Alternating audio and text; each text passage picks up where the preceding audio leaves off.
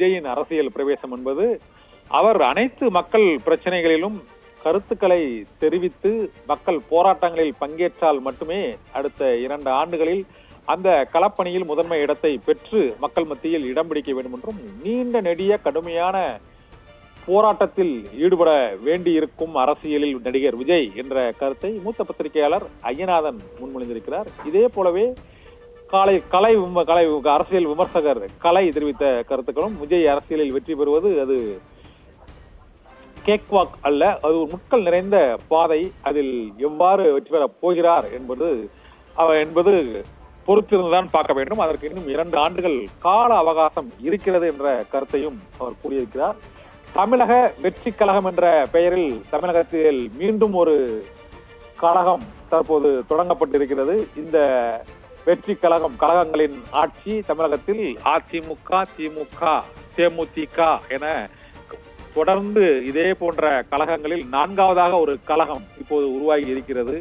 இந்த கழகத்தால் கழகம் ஏற்படுமா அல்லது இது புதிய கட்சியாக உருவெடுக்குமா என்ற சந்தேகம் மற்றும் விமர்சனங்கள் இன்று முதல் தொடங்கிவிட்டன. காலையிலிருந்தே தமிழகம் முழுவதும் விஜயின் கட்சி தொடர்பாக அறிவிப்பு வெளியாக கூடும் என அறிவிக்கப்பட்ட சூழ்நிலையில்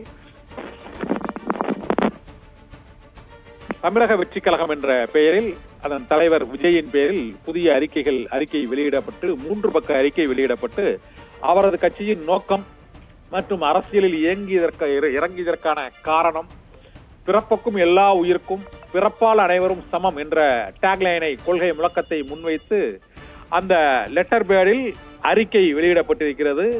கடைசியாக நடித்து வரும் கோட் திரைப்படத்தை முடித்துவிட்டு முழு நேர அரசியலில் தாம் ஈடுபட்டு மக்களுக்காக பாடுபடுவதே தமிழக மக்களுக்கு செய்யும் நன்றி கடனாக எனது வாழ்க்கையில் இருக்கும் என்றும், தாம் உடனடியாக அரசியலில் இறங்கவில்லை என்றும், பல ஆண்டுகளாக அவற்றை கணித்து தாம் கண்காணித்து அதன் பின்னரே இந்த அரசியலில் ஈடுபட்டு இருப்பதாகவும் நடிகர் விஜய் தெரிவித்திருக்கிறார். இந்த சூழ்நிலையில் பல்வேறு தரப்பினரும் அவர் அரசியலுக்கு வந்தது தொடர்பாக நாம் தமிழர் கட்சியின் ஒருங்கிணைப்பாளர் சீமான் வரவேற்பு தெரிவித்திருக்கிறார்.